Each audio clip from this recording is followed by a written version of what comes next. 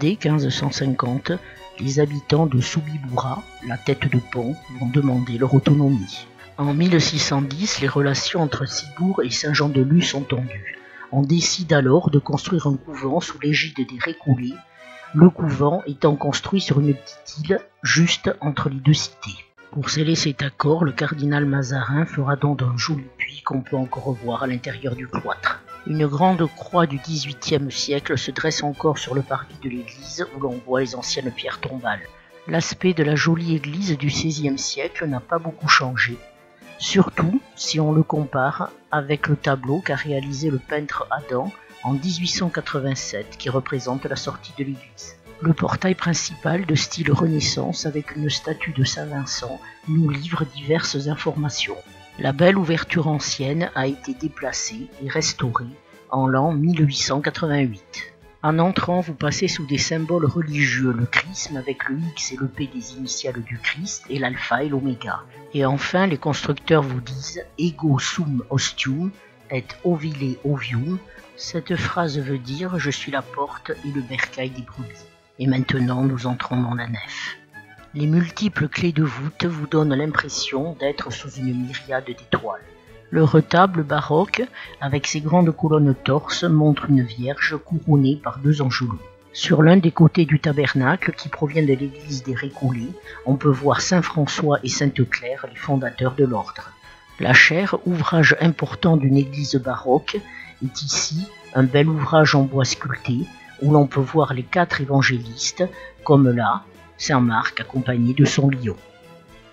Au centre, les fonts baptismaux, dont les larges piliers soutiennent une tribune, et sur l'un d'eux, une plaque nous rappelle que c'est dans l'église de Ciboure qu'a été baptisé le compositeur Maurice Ravel.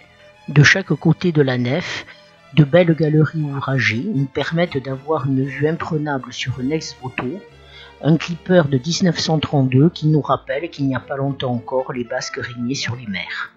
En sortant sur le parvis, il faut se retourner et jeter un dernier coup d'œil à l'original clocher octogonal qui domine l'édifice, avec en dessous la maison de la Benoîte qui était chargée de l'entretien de l'édifice. Plus loin, une fontaine est constituée d'un bassin couronné d'une stèle dominée par une pointe pyramidale. Les faces du chapiteau, aujourd'hui très effacées, montraient les armes de Ciboure. Des navires pour la mer, bien sûr, le chêne pour la justice et un cheval qui représentait la vitesse. Maintenant surligné, vous verrez mieux à la fois le cheval et le chêne et le navire qui s'éloigne sur l'autre face.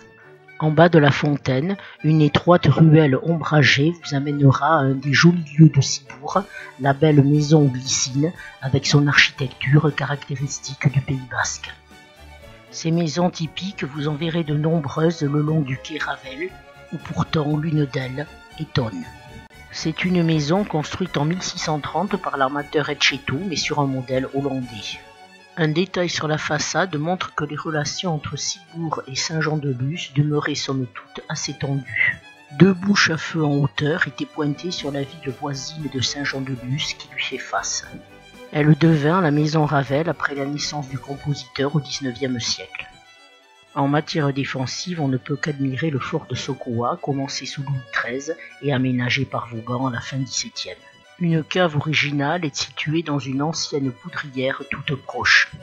Le procédé de vinification est original, les cuves sont immergées et profitent du mouvement des marées. Le vin obtenu est perlé et l'étiquette montre l'alliance d'une branche de corail et d'un joli cep de vigne.